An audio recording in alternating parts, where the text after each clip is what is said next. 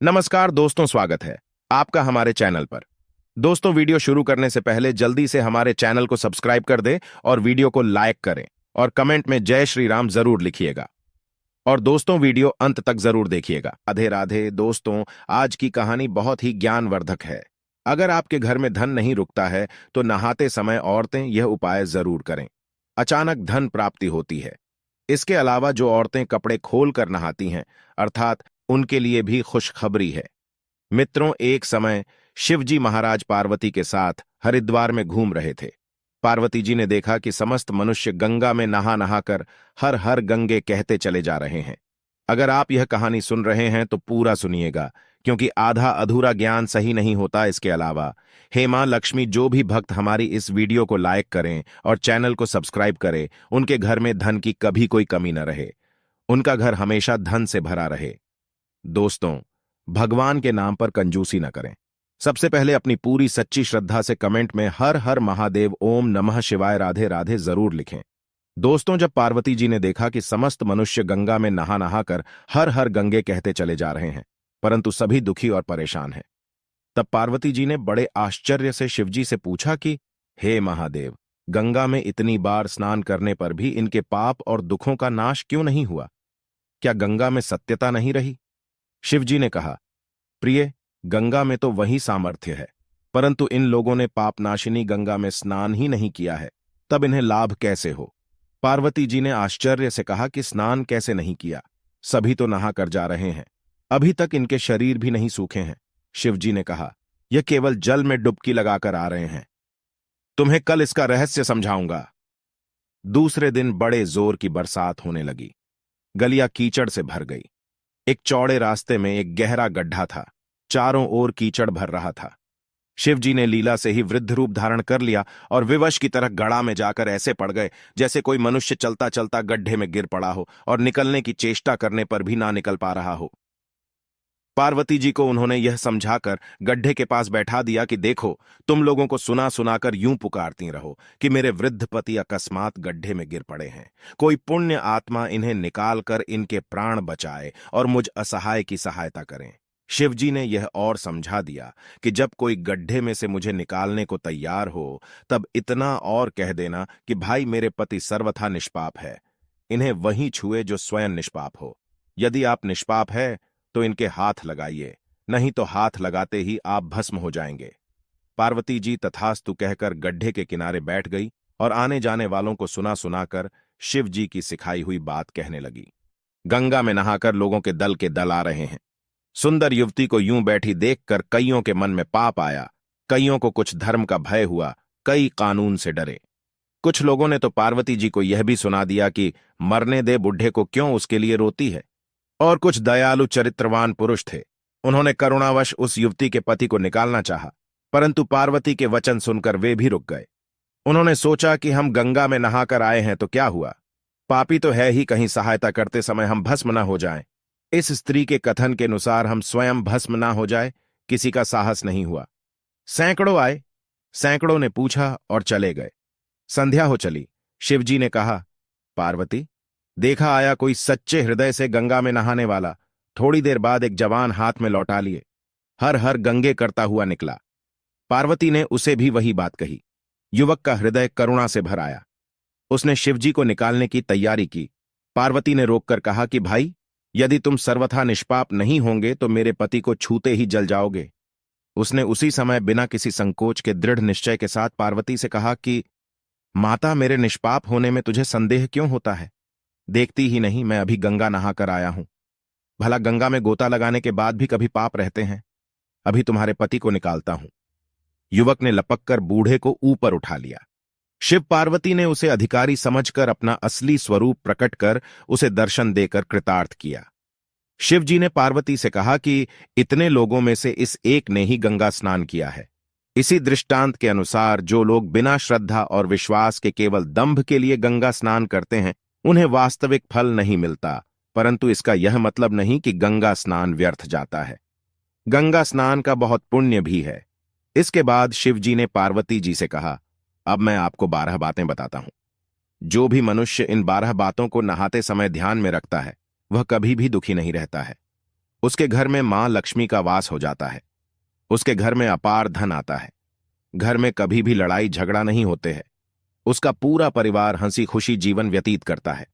तब माता पार्वती ने कहा, हे भगवान, आप हमें वह 12 बातें बता दीजिए। इसके बाद भगवान शिव उन बातों को बताना शुरू कर देते हैं और माता पार्वती बहुत ध्यान से सुनने लगती है। दोस्तों, यह 12 बातें आप लोग भी बिल्कुल ध्यान से सुनना। इसके बाद भगवान शिव कहते हैं, प्रिय, यह 12 बातें बताने के बाद मैं आपको एक बात और बताऊंगा जो औरतों के लिए है। जो औरतें कपड़े खोलकर स्नान करती हैं, उनके लिए यह बात बहुत ही महत्वपूर्ण है। तो पार्वती जी, इस बात को आप बहुत ही ध्यान से सुनना। तभी शिवजी अपनी वाणी को शुरू कर और बताने लगते हैं। दोस्तों, शिवजी कहते हैं, स्नान करने से शरीर निरोगी रहता है और मन प्रसन्न रहता है। नहाने से चेहरे की क्रांति और शारीरिक आकर्षण में भी बढ़ोतरी होती है। अगर इस नित्य कर्म के दौरान कुछ बातों का ध्यान रखा जाए तो आध्यात्मिक से भी ज्यादा लाभ पाया जा सकता है। नहाने के क्रम में जिन बातों का ख्याल जरूरी रखा जाना चाहिए, अब उन बातों के बारे में बताने जा रहा हूं। प्रिय, आप इन बातों को बिल्कुल ध्यान से सुनना। नंबर 1, स्नान करने के बाद लोग शुद्ध होकर पूजा पाठ आदि सारे काम करने के योग्य बनते हैं, इसलिए सुबह को ही स्नान कर लेना चाहिए। नंबर 2, शास्त्रों में कहा गया है कि स्नान करने से इन 10 गुणों की प्राप्ति होती है: रूप, तेज, बाल पवित्रता, आयु, आरोग्य, लोकता, तब और मेधा। नंबर 3, लक्ष्मी, धन, पुष्टि व आरोग्य और स्वास्थ्य चाहने वालों को हर मौसम में और हर दिन स्नान करना चाहिए। नंबर 4, शास्त्रों में कहा गया है कि सुबह स्नान करने से पाप का नाश होता है और पुण्य मिलता है। ऐसा कहा गया है कि सुबह नहाने वालों के पास नकारात्मक शक्तियां नहीं भटकती, इसीलिए सुबह स्नान करना ही उचित है। नंबर 5, बीमारी की हालत में सिर के नीचे से ही स्नान करना चाहिए। गीले कपड़े से शरीर को पोंछ लेना एक तरह का स्नान ही कहा गया है। नंबर 6, सुबह की लालिमा छाने से पहले ही स्नान लेना श्रेष्ठ माना गया है। नंबर 7, तेल लगाकर और देह को मलमल कर नदी में नहाना मना है। इसकी जगह नदी से बाहर निकलकर तट पर ही शरीर साफ करके तब नदी में डुबकी लगाना उचित है। नंबर 8, जिन घाटों पर कपड़े धोए जाते हैं वहां का जल अपवित्र माना गया है, इसलिए वहां से कुछ दूर हटकर ही नहाना चाहिए। नंबर 9, नदी में 11 या 21 डुबकियां लगाना अच्छा बताया गया है। नंबर 10, पवित्र नदियों में कपड़े निचोड़ने की मनाही है। नदी में किसी तरह की गंदगी नहीं बहानी चाहिए। नंबर 11, नल की तुलना में झरने का पानी, झरने से ज्यादा नदी का पानी, नदी के पानी से किसी तीर्थ का जल, तीर्थ के जल से गंगा जल अधिक श्रेष्ठ माना गया है। नंबर 12, गंगा माता का कथन है कि स्नान करते वक्त कोई चाहे जहां भी मेरा स्मरण करेगा, मैं वहां के जल में आ जाऊंगी। इसके बाद शिवजी ने कहा, अब मैं आपको औरतों के बारे में बताता हूं जो औरतें कपड़े खोलकर स्नान करती हैं। शिवजी ने कहा, हिंदू धर्म शास्त्रों में हर एक चीज के लिए कुछ नियम बनाए गए हैं। इन नियमों में से एक है स्नान को लेकर की गई बातें। ऐसा माना जाता है कि आम व्यक्ति को शास्त्रों के नियमों का पालन जरूर करना चाहिए, जिससे घर की सुख समृद्धि बनी रहती है और खुशहाली आती है। साथ में अपार धन बरसता है, माता लक्ष्मी प्रसन्न होती है। दरअसल हमारे शास्त्रों में ऐसी कई बातें लिखी गई हैं जिनका हम पालन सदियों से करते चले आ रहे हैं, लेकिन उसके कारणों के बारे में अभी भी पूरी जानकारी नहीं है। ऐसे ही नियमों में से एक है निर्वस्त्र स्नान करना। आपने अक्सर घर के बड़ों को ऐसा कहते सुना होगा कि कभी भी स्नान बिना कपड़ों के यानी निर्वस्त्र नहीं करना चाहिए। अगर हम पौराणिक कथाओं की बात करें तो निर्वस्त्र स्नान की मनाही का एक सबसे बड़ा कारण कृष्ण जी के समय से जुड़ा है। पौराणिक कथाओं के अनुसार एक बार जब गोपिकाएं सरोवर में स्नान कर रही थीं और वो निर्वस्त्र थी, उस समय बाल कृष्ण ने गोपियों के सभी वस्त्र छिपा दिए। उस समय जब कृष्ण जी ने उनके वस्त्र छिपा लिए और गोपियों ने अपने वस्त्र वापस लेने की प्रार्थना की, तब कृष्ण जी ने उन्हें समझाया कि कहीं भी बिना वस्त्र धारण किए स्नान नहीं करना चाहिए। इससे जल के देवता वरुण का अपमान होता है, इसलिए आपको निर्वस्त्र स्नान न करने की सलाह दी जाती है। अगर आप नहाते समय यह सोचते हैं कि बंद कमरे में कोई आपको नहीं देख रहा है, तो ऐसा गलत है, क्योंकि ईश्वर आपको हर स्थान पर देखते हैं। यदि आप निर्वस्त्र होकर स्नान कर रहे हैं तो ये मुख्य रूप से जल के देवता वरुण का अपमान करने जैसा होता है। निर्वस्त्र स्नान से आपको पाप लग सकता है और आर्थिक और शारीरिक नुकसान पहुंच सकते हैं। यदि आप निर्वस्त्र स्नान करते हैं तो आपके शरीर में नकारात्मक ऊर्जा प्रवेश करती है और आपकी मानसिकता भी नकारात्मक हो सकती है। इसलिए हमेशा आपको यही सलाह दी जाती है कि भले ही आप नहाते समय कोई एक कपड़ा धारण करें, लेकिन बिना कपड़ों के स्नान न करें, तभी आपके लिए बेहतर होगा। निर्वस्त्र स्नान से शरीर की सकारात्मक ऊर्जा शरीर से बाहर निकल सकती है और इसका प्रभाव आपके शरीर के साथ मन मस्तिष्क में भी होता है। गरुड़ पुराण के अनुसार जब आप स्नान करते हैं, तब आपके पितृ यानी मृत पूर्वज आपके आसपास मौजूद होते हैं। यदि आप निर्वस्त्र स्नान करते हैं, तो आपको पितृ दोष लग सकता है। ऐसे स्नान करने से आपके पितरों को तृप्ति नहीं मिलती है और ये घर में पितृदोष का कारण बन सकता है और ये वस्त्रों से गिरने वाले जल को ग्रहण करते हैं, जिनसे उनकी तृप्ति होती है।